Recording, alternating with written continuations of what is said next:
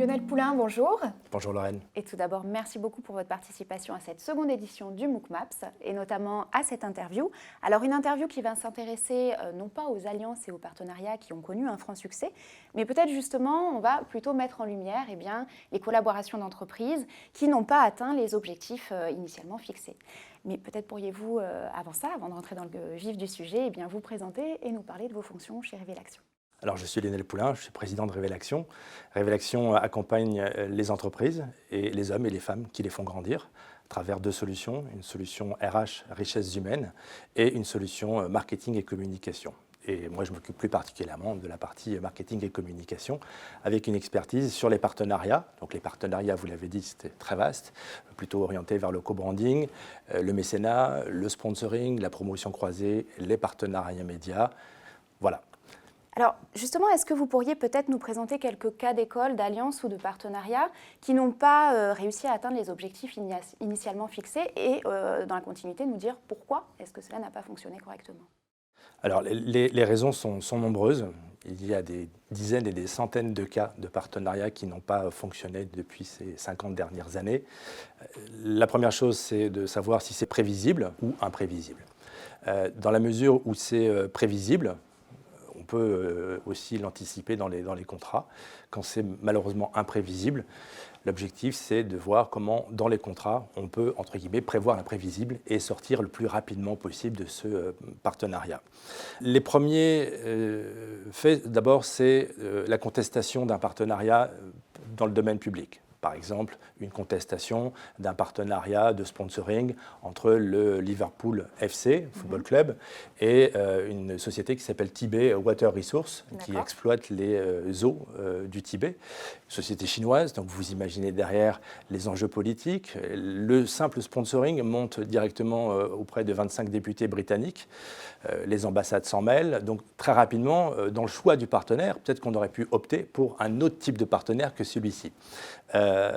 Partenariat technologique, par exemple, récemment, Google s'est associé au Pentagone dans le cadre d'un partenariat sur un projet technologique qui s'appelle Marven, qui est un projet technologique qui a pour vocation d'équiper des drones et de faire de la surveillance de masse. Là encore, 1 million de personnes signent une pétition. Est-ce que ce partenariat était logique, ou en tout cas, est-ce que sur le plan de la communication, on n'aurait pas pu anticiper certaines choses plutôt que d'attendre que les choses s'enveniment auprès du grand public? Partenariat également en perte de sens, on peut le dire. Là, on est au-delà de l'image.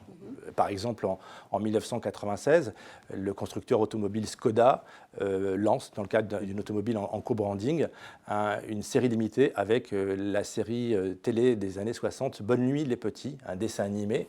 Donc cette série limitée est un flop absolu, parce que bien évidemment, quand on achète une voiture, une Skoda, on ne s'attend pas à avoir une série limitée avec Bonne nuit les petits. Donc là, cette opération est un flop également. On peut parler également dans la perte de sens de partenariats de jeux concours, avec par exemple Géant Casino, qui fait gagner des peignoirs Findus en 2010. Là encore, est-ce que c'est vraiment le choix du partenaire auquel on s'attend par rapport à une enseigne de grande distribution? Ou un traiteur asiatique, tradition d'Asie, qui fait gagner dans le cadre de son jeu concours des dotations, des séjours, non pas en Asie, mais à New York. Okay. Troisième point, la mauvaise anticipation. On va, par exemple, dans le cadre d'un partenariat de Lego en 2013, Lego va s'associer avec le tabloïd britannique The Sun et insérer des petites figurines Lego dans le magazine.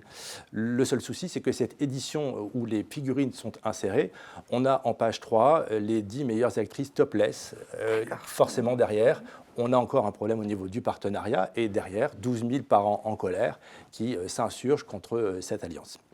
Et enfin, les contrats de partenariat où là on est un peu dans des conditions un peu floues. Manchester United, en 2012, monte un partenariat avec Chevrolet. On connaît l'appétence qu'ont les joueurs de foot pour les belles automobiles. Malheureusement, aucun joueur de foot de Manchester United vient avec une Chevrolet. Ils viennent tous en Ferrari, en Maserati ou en Lamborghini. Et malheureusement pour Chevrolet, c'est un manque à gagner en termes de visibilité. Chevrolet, General Motors communique, s'énerve un peu et puis très rapidement revient en arrière en disant « Bon, écoutez, ce n'était pas des conditions obligatoires et contractuelles que les joueurs viennent aux entraînements avec nos voitures. » Donc là, on voit des conditions de partenariat qui ne sont pas floues, un petit flop, on recommunique. Voilà, ce sont des choses qui sont de l'ordre du prévisible et qu'on aurait pu anticiper en choisissant mieux ses partenaires. Tout à fait. Mais on peut malgré tout supposer que ces entreprises concernées par ces flops, entre guillemets, eh bien, ont pu en retenir quelque chose et qu'elles ont pu également en sortir grandies. Alors, elles ont pu en sortir grandies, en effet, parce que, je vous le disais tout à l'heure, il y a le domaine du prévisible et il y a le domaine de l'imprévisible. L'imprévisible, ça va être quoi? Ça va être une dérive du partenaire à laquelle on ne s'attend pas. Cette dérive du partenaire, on le voit par exemple très récemment, en janvier 2019, Pôle emploi, très connu en France, crée un partenariat avec la société Bowker, qui est une société corse, qui met en place une application qui est censée mettre en relation les demandeurs d'emploi et les recruteurs. Et puis, le partenariat se passe, donc c'est un partenariat technologique. Très rapidement, l'application évolue.